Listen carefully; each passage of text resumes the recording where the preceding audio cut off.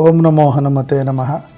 ಪರಮಪೂಜ್ಯ ಶ್ರೀ ಗಣಪತಿ ಸಚ್ಚಿದಾನಂದ ಸ್ವಾಮೀಜಿಯವರು ನಮ್ಮ ಹನುಮನಾಡು ಕರ್ನಾಟಕದಲ್ಲಿ ಸ್ಥಾಪಿಸಿರೋ ಅತ್ಯಂತ ಅಪರೂಪವಾದ 3 ಆಂಜನೇಯ ದೇವಸ್ಥಾನಗಳು, ಆಕಾಶ ಆಂಜನೇಯ, ಭೂಮಿ ಆಂಜನೇಯ, ಪಾತಾಳ ಆಂಜನೇಯ, ಈ ಅವಧೂತ ದತ್ತಪೀಠ ಗಣಪತಿ ಸಚ್ಚಿದಾನಂದ ಆಶ್ರಮದಲ್ಲಿ ಸ್ಥಾಪಿಸಿದ್ದಾರೆ. ಈಗಾಗಲೇ ಹಿಂದೆ ಒಮ್ಮೆ ಮೈಸೂರು ನಗರದಲ್ಲಿ ಹನುಮಾನ್ ಚಾಲಿಸ ಪಾರಾಯಣ ಮಹಾಯಜ್ಞ ಮಾಡಿಸಿದ್ರು.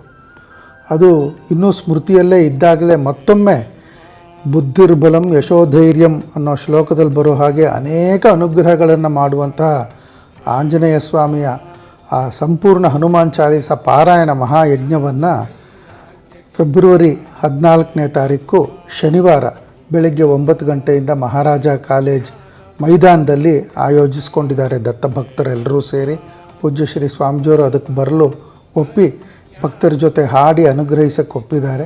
ಯಾರೂ ತಪ್ಪಿಸ್ಕೋಬೇಡಿ.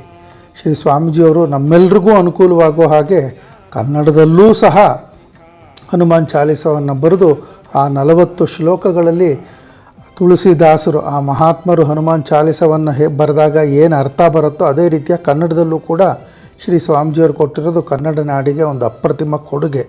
ಕನ್ನಡಿಗರಿಗೆ ಅದು ಅರ್ಥವಾಗೋ ಹಾಗೆ, ಅರ್ಥ ತಿಳ್ಕೊಂಡು ಪಾರಾಯಣ ಮಾಡೋ ಹಾಗೆ ಒಂದು ಅಪರೂಪವಾದ ಸಂಗತಿ. ಆ ಹನುಮಾನ್ ಚಾಲಿಸ ಪಾರಾಯಣ ಮಹಾಯಜ್ಞ ಯಾವ ಭಾಷೆಯಲ್ಲಾದರೂ ಸರಿ, ಆಂಜನೇಯನ ಪ್ರೀತಿ ಆಗೋದು, ಆಂಜನೇಯನ ಸೇವಿಸ್ಕೊಳ್ಳೋದು ಮುಖ್ಯ. ಯಾರೂ ತಪ್ಪಿಸ್ಕೋಬೇಡಿ, ತಪ್ಪದೇ ಬನ್ನಿ. ಪ್ರತಿ ಶನಿವಾರ ಆಶ್ರಮಕ್ಕೂ ಬಂದು ಆಂಜನೇಯನ ದರ್ಶನ ಲಕ್ಷಾಂತರ ಜನ ಮಾಡ್ತಾರೆ. ಹಾಗೆ ಹನುಮಾನ್ ಚಾಲಿಸಾಗೆ ಪ್ರೊಜೆಕ್ಷನ್ ಮ್ಯಾಪಿಂಗ್, ಆ ಸೌಂಡ್ ಆ್ಯಂಡ್ ಲೈಟ್ ಶೋ ಅಥವಾ ಲೇಸರ್ ಲೈಟ್ ಶೋ ಅಂತ ಏನು ಕರಿತೀರೋ ಅದು ಕೂಡ ತುಂಬ ಅಪರೂಪ. ಹೀಗೆ ಹನುಮಂತನಿಗೋಸ್ಕರ ಪೂಜ್ಯ ಶ್ರೀ ಸ್ವಾಮೀಜಿಯವರು ಅನೇಕ ವಿಸ್ಮಯಕಾರಿ ಕಾರ್ಯಕ್ರಮಗಳನ್ನು ಮಾಡಿದ್ದಾರೆ.